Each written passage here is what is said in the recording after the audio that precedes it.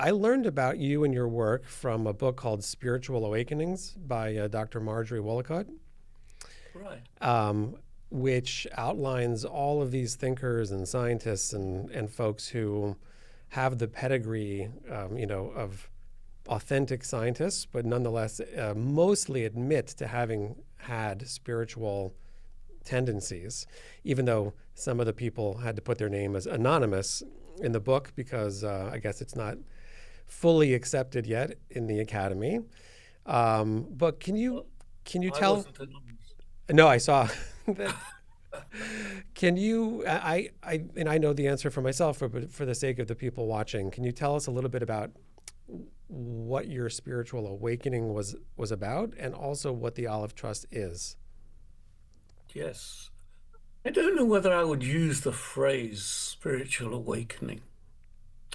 I I have always been interested in religion, many religions, my own religion, Judaism, and from my early 20s, I think I was looking for ways to understand religions and especially mysticism in ways that related to my career, as it were, which is in psychology. So, so I wouldn't say spiritual awakening. I don't think I ever woke up on top of a mountain and realized that there was some blinding light enlightening me. Okay. Yes. I don't think me either.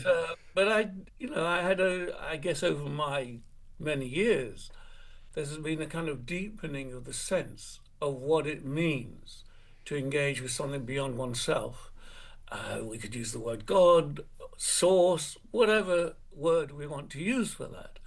And I mean, if I go back to my early 20s, when I first became interested in the Kabbalah, Jewish mysticism, at that point I was beginning my career as a neuroscientist, as a psychologist, a research psychologist, and I kind of came to the conclusion quite early on that the most insightful things that I was reading about the nature of the mind and kind of the potential of our own being were coming from the mystic side and not from the psychology side. Hmm.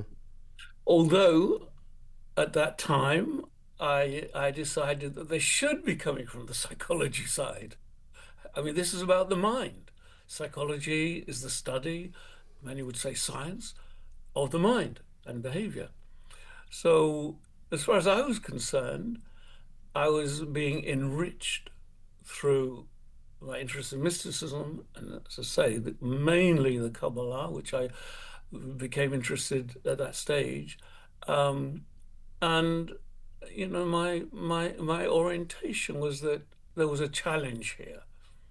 The challenge was to try and work on the psychology side of this equation, to bring it, as it were, more in line with the powerful insights that I was understanding through my reading, but also through experiential work in a more kind of mystical framework, Hmm. spiritual framework. That was the challenge. And I would say now, more than 50 years later, that's something I've tried to work on. I wouldn't say I've achieved it, Hmm. I've tried to work on it. And which brings me to the second part of your question, the Aleph Trust. So you asked, what that is. And so the Aleph Trust, we founded the Aleph Trust 14 years ago, something like that.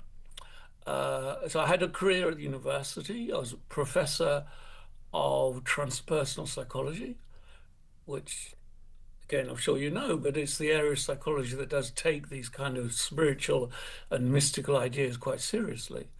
Um, but at the same time, I was still steeped in my background as a neuroscientist. I wanted to work with the brain and so on. Um, and I felt that the university world that I was in, maybe it's changed now actually, but we're talking about 15 years ago or thereabouts, was too restrictive, and I wasn't able to move in the directions with the kind of speed that I wanted. You know, our world is changing. It changes so fast in all kinds of ways, which I'm sure we could talk about. And you know, the wheels of the universities turn somewhat slowly. Hmm. So it was an opportunity at the time, and I thought let's move in this direction. Okay, we'll keep connection with the university. So the Alef Trust has it's a partner of the university where I'm now an emeritus professor. But we're doing postgraduate work online, master's program, PhD program.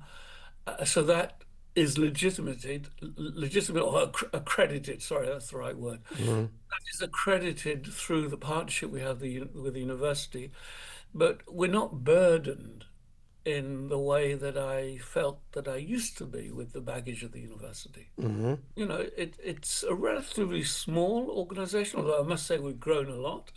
And we've been able to move beyond the academic sphere. I Hmm. mean, the academic side of things is, if you like, our backbone. I think it gives us some credibility, and I'm obviously an academic myself. But we moved a lot more into applied areas, and you know, trying to bring what I see as the wisdom of these ancient traditions and the kind of the benefits of a transpersonal approach, trying to bring those into applied and professional areas for the benefit of all, really.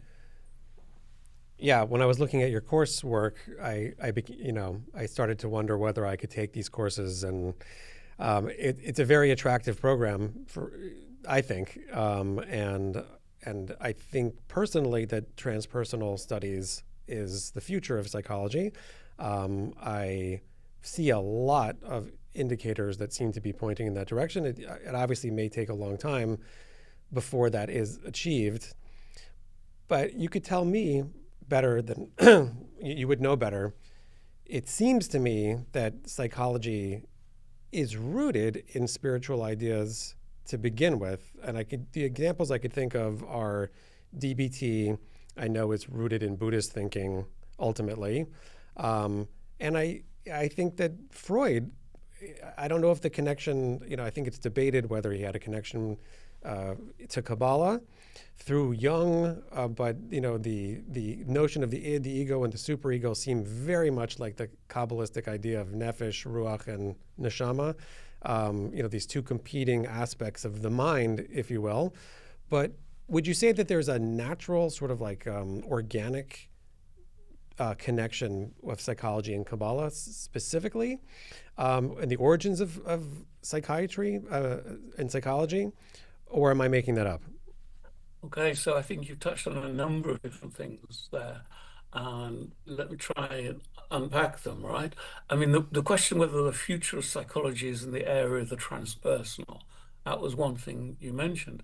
And, you know, I don't have the answer to that. Time will tell.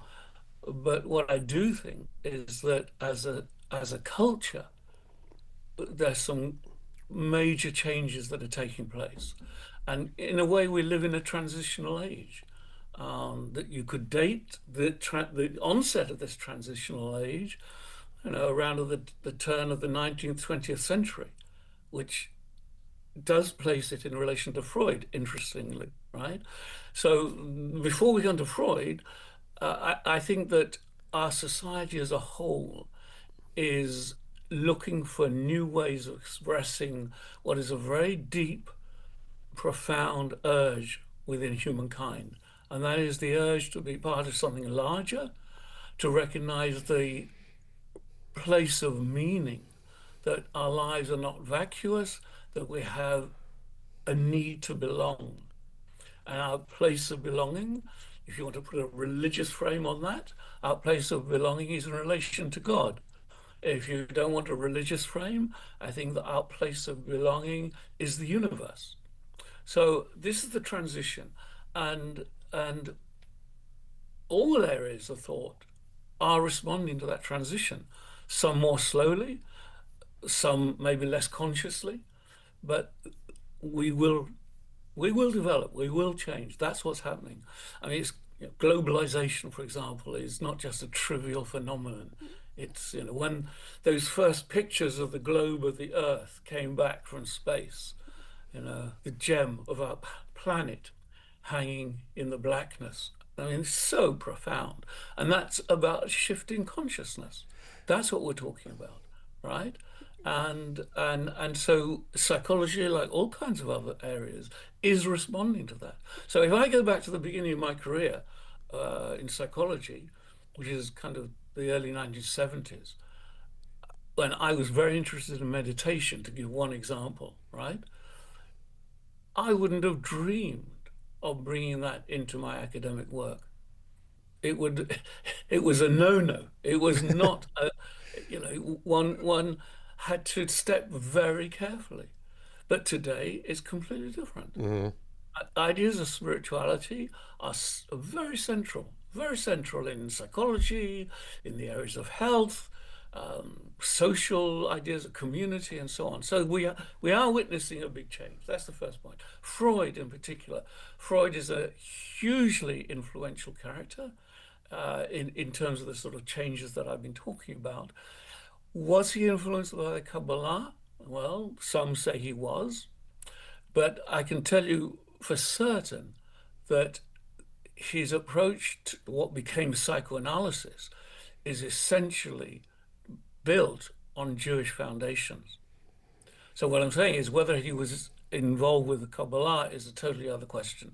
I'm not sure that he was, or some have argued that. But was he steeped in the midrashic mind, as I would call it? Yes.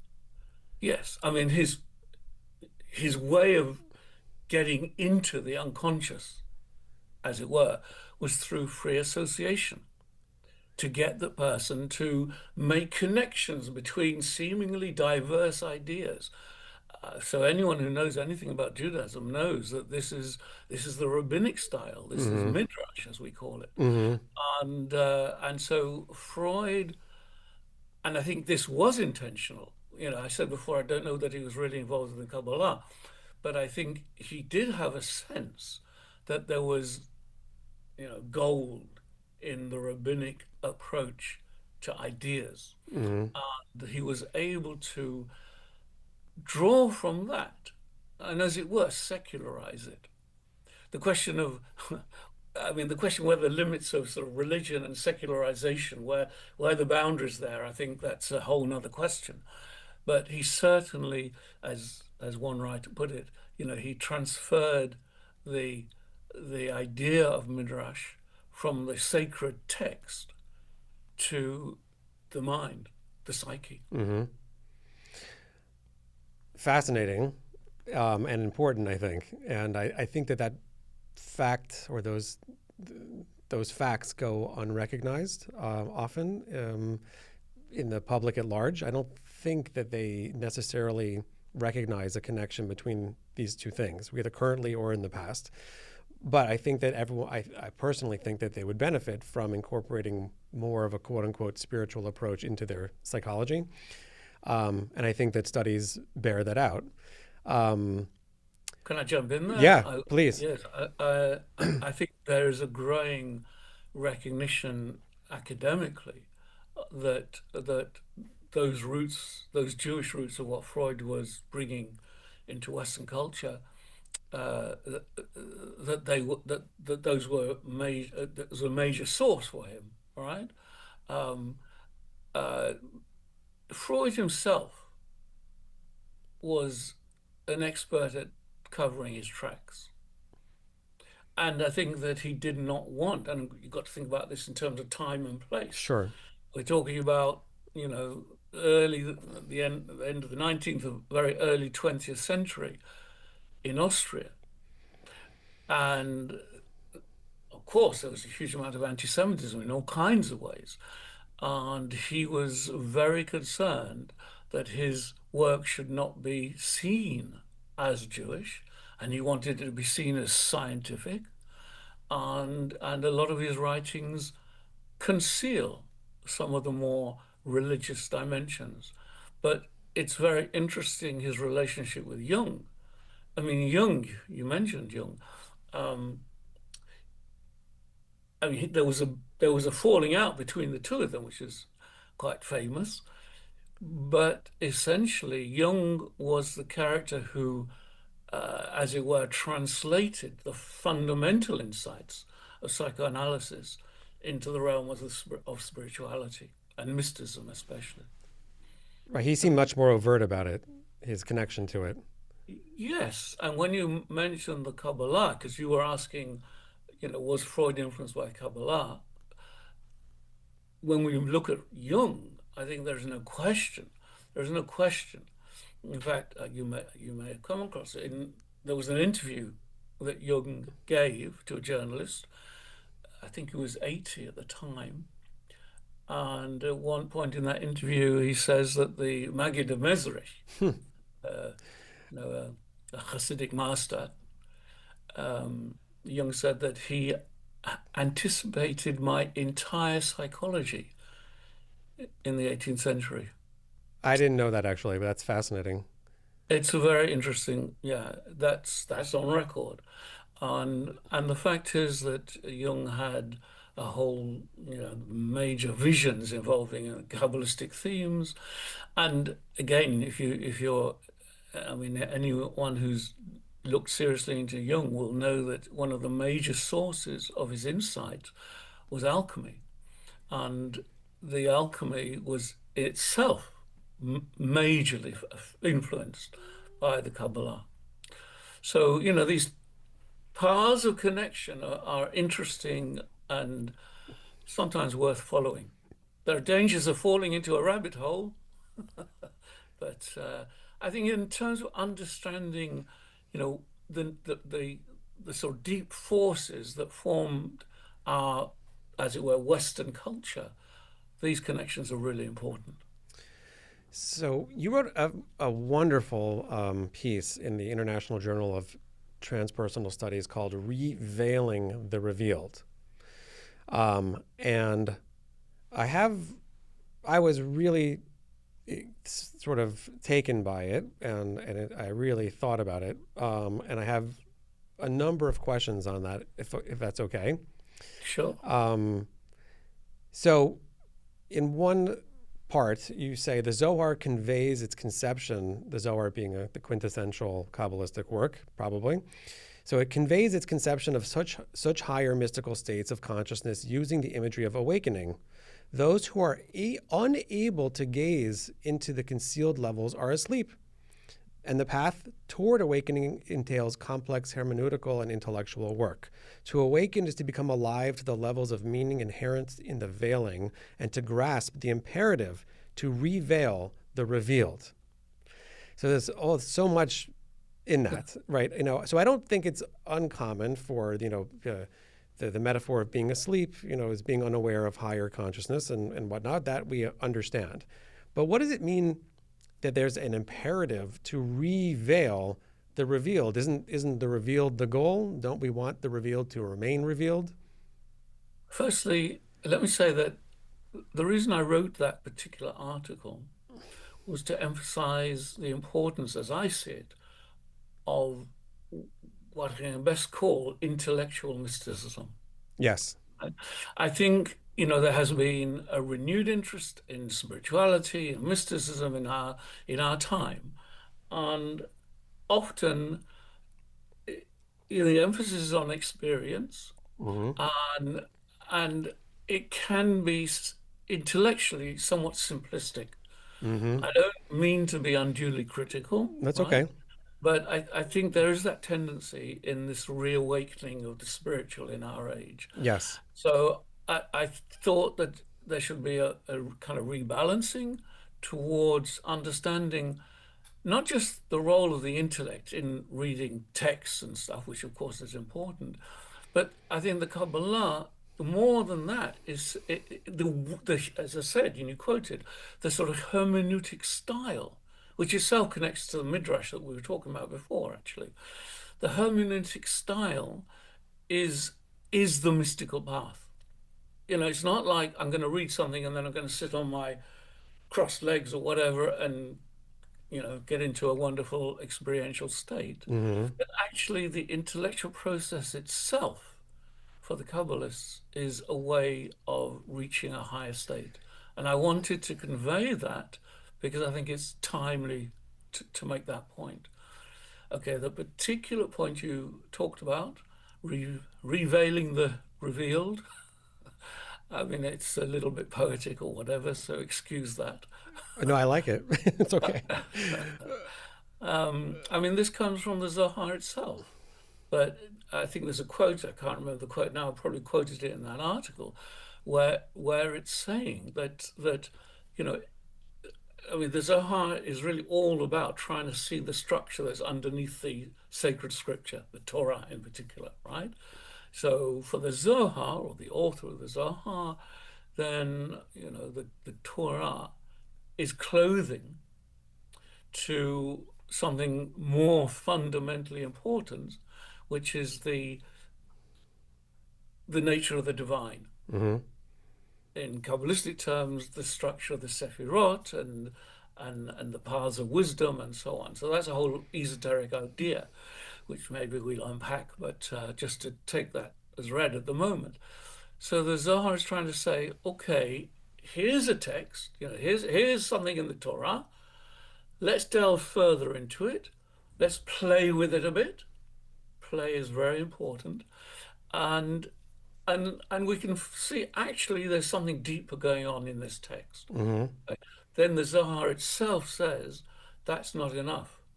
You have to recover, recover what you are privileged to have discerned in the depth.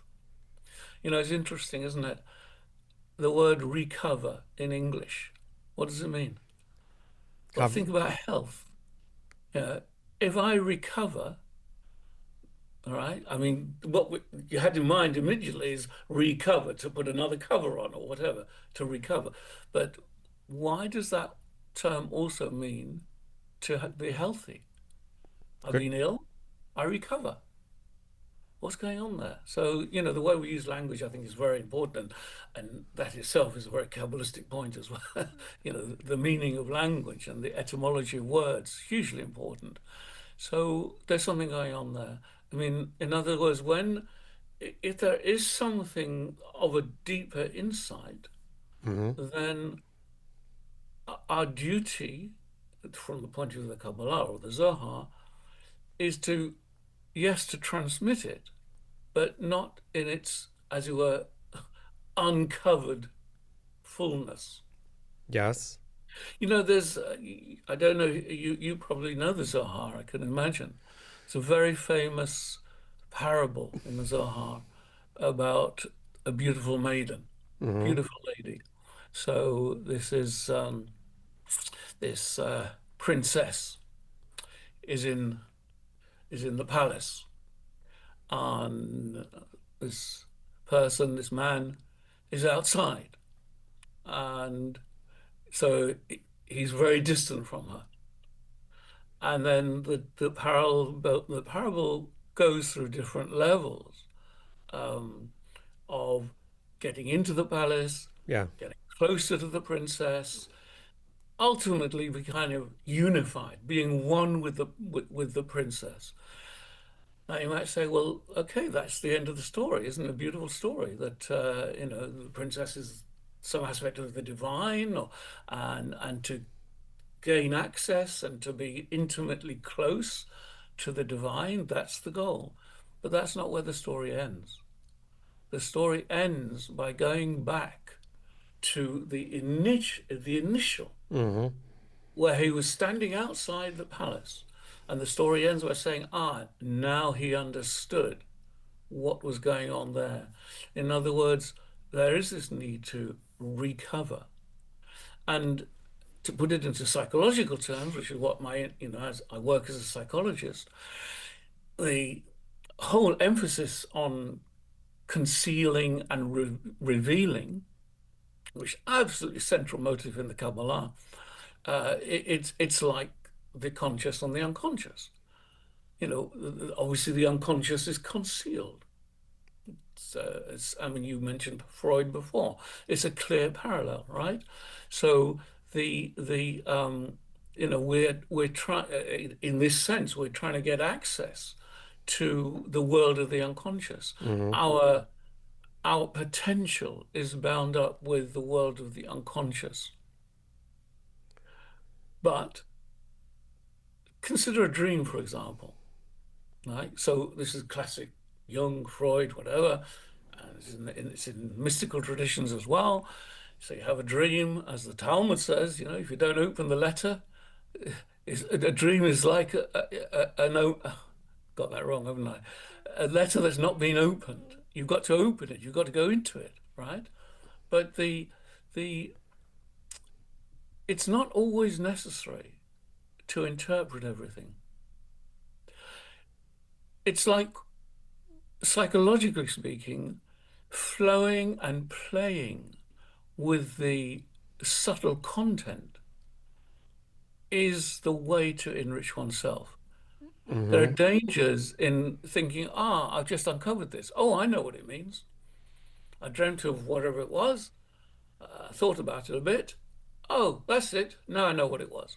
Well, that like that closes it. That closes it down.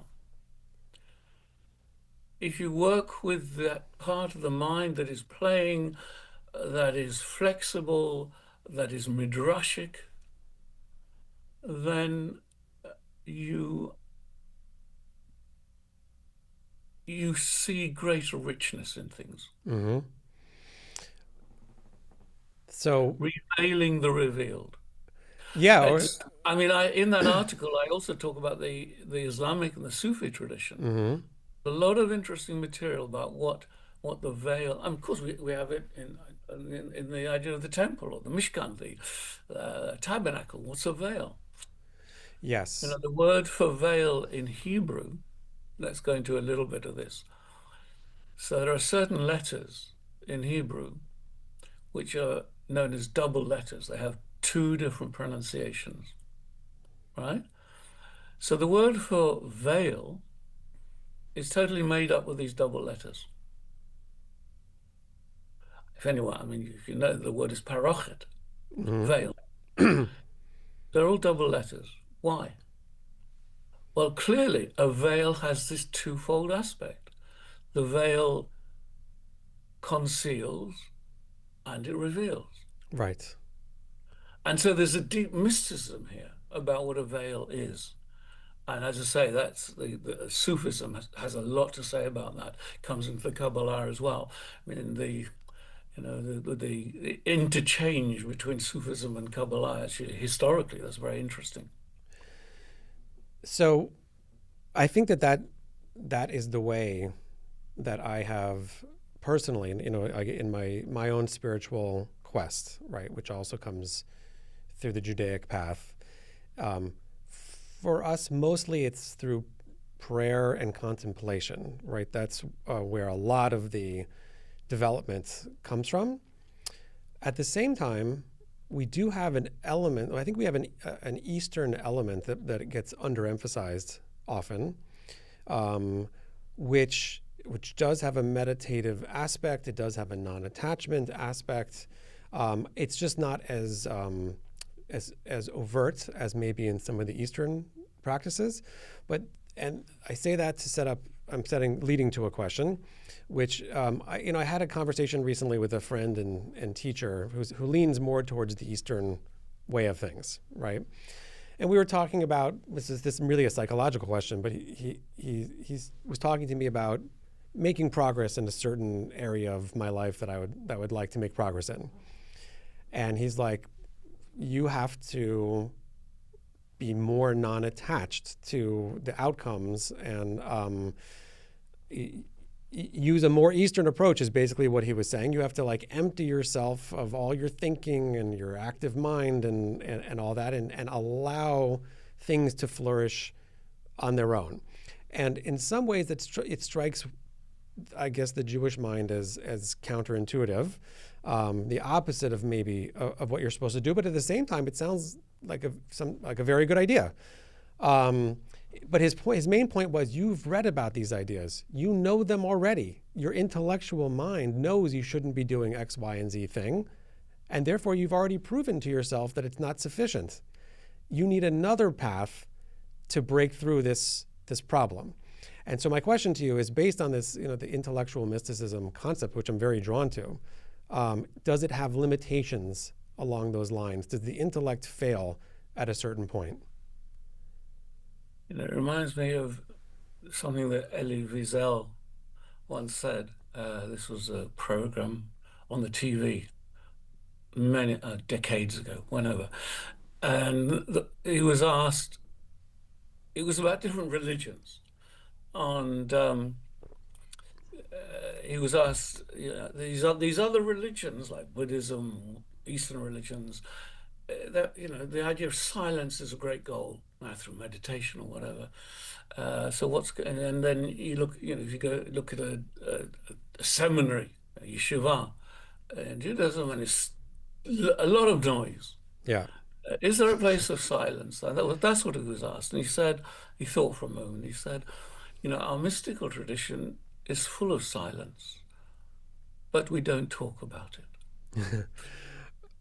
Okay. Thought that was a very clever comment. Um, so, I mean, that article that you referred to, Revealing the Revealed, I'm talking about intellectual mysticism. I'm not saying that's all there is to Judaism or that's all there is to the Kabbalah. Um, I mean, that we have many sources which are writing about the need to strip away thought,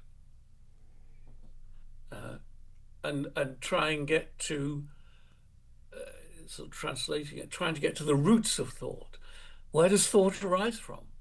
Mm-hmm. Where does the thought come from? What's the beginning of thought?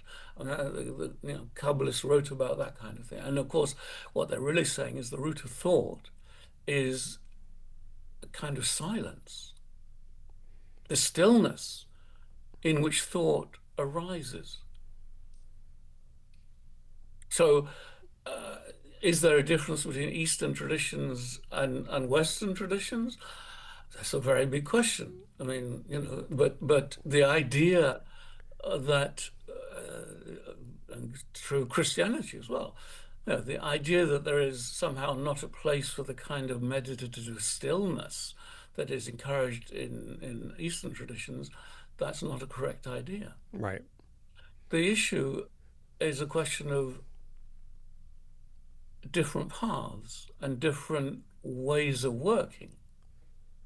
I mean, we are Westerners, whatever that means, and I mean, so much of the world has been influenced by what I can best call the Western mindset. Mm-hmm. It's not just Western in that sense, right? I mean, the whole, the European intellectual tradition, which itself was founded in many ways around Christianity. And then you had the tension between Christianity and Judaism, or rabbinic Judaism, right? So, going back 2,000 years, there is a schism. So we've got the birth of Christianity, and we've got the birth of what becomes rabbinic Judaism. And they have very different worldviews, right? And that, as it were, fault line in a collective psyche has gone down through 2,000 years. Some might say the Holocaust was the kind of end point of that fault line, but that's going off the point. But the reason I mentioned that is because, you're asking about Eastern traditions, and I'm saying that I think the age that we're kind of tentatively moving into, an age of globalization, is seeing those divisions coming down. Mm-hmm. But I mean, going back to Jung himself thought that the Western mind was not always suited to the Eastern spiritual traditions. Now, I don't know whether he's right or wrong, but I do know that connecting with one's roots is a very important part of spiritual growth. Yes, I would agree with that. Um, Perhaps more organic, easier. Um, but okay, so your point is well taken. But let me just drill down on one more aspect of intellectual mysticism, because certainly there's a great interest in mysticism, I think, in general in the world. And as I said, I think psychology is developing into a form of mysticism that's just been accepted. But there's a quote from a great Kabbalistic thinker, Moshe Dell, that you write in this article, which says, undue focus on the experiential and ultimate features of mystical states stymies the psychological study of mysticism. Focus on experience leads to a kind of academic no man's land in which neither psychologists nor scholars of mysticism see value in our approach.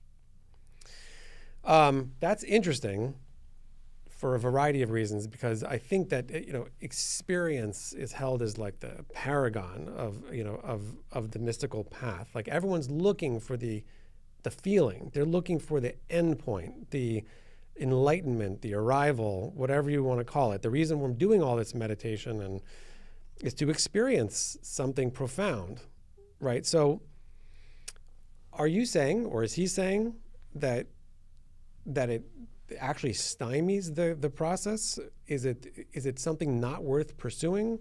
Because also at the end of the article, you mentioned how the Zohar talks about the mystical process is ongoing. There is no arrival point. It's an infinite series of discoveries and development. You understand my question? Yes, Okay. yes, yes. So I think it's something that's very popular these days is to talk about the non-dual. Yeah. What is the non-dual? Well, dual in this sense means the subject and object division and everything that develops from that, right? So we are, in a sense, distanced from whatever it is that we're looking at, or someone we're talking to. There's always that distance, that duality, and a goal of mystical traditions is to connect with the one, to be at one. So I think this is in all traditions, in one way or another. It's in all traditions. So the sort of the core essence of the divine, as far as the Kabbalah is concerned, is the Ein Sof, which means, well, it means no limit, but essentially it's non-dual, Right. right? And so yes, that is always a goal. But what can you say about it? It is possible that people experience it, although I tend to be a little cynical here. Mm-hmm. I think what people say they experience and what maybe the reality is not always the same. And there's a whole, again, academic literature about that. Do we ever, as it were, get beyond the structures of the deep psyche? I don't know. I can't answer that. But the point, and I think this ties in with what Moshe Idel is saying, that the our study, to understand something intellectually, then what's interesting is the sort of intermediate realms. So ultimately, yes, there's nothingness. Let's call it nothingness or non-dual, whatever. But and certainly Kabbalah, and I think other traditions as well, are much more focused on what's between where I am in my mundane natural state of consciousness and that ultimate. So it's the path that is important. And I think that's true. I think Moshe Adel is talking really academically, so it's true academically. If you say, well, ultimately it's all about non-duality, well, fine, there's nothing I can say about that. But it's also true in terms of our experience as well. So, from the, again, if we're talking about the Kabbalah, then 99% of the Kabbalistic texts are talking about the, as it were, the structures in the higher realms. I mean, how we understand that is a whole question. And psychologically, I think it relates to ideas of the unconscious, actually, in the way that Jung was writing about. So that's an example of something that I think is fruitful to study. What's an archetype? In what sense do archetypes have an impact in my life? So rather than say, well, what about the oneness and the non-dual? I can't say so much more about that. Right. It's a goal. But in terms of, let's say, the structure of the tree of life, as we call it, right? Or the archetypal structure of the deep psyche, then yes, we can explore that. We can uncover the sort of intrinsic patterns of the deepest sense of our being and in the world. I mean, the coming together of, physics and psychology. That's a whole interesting area as well.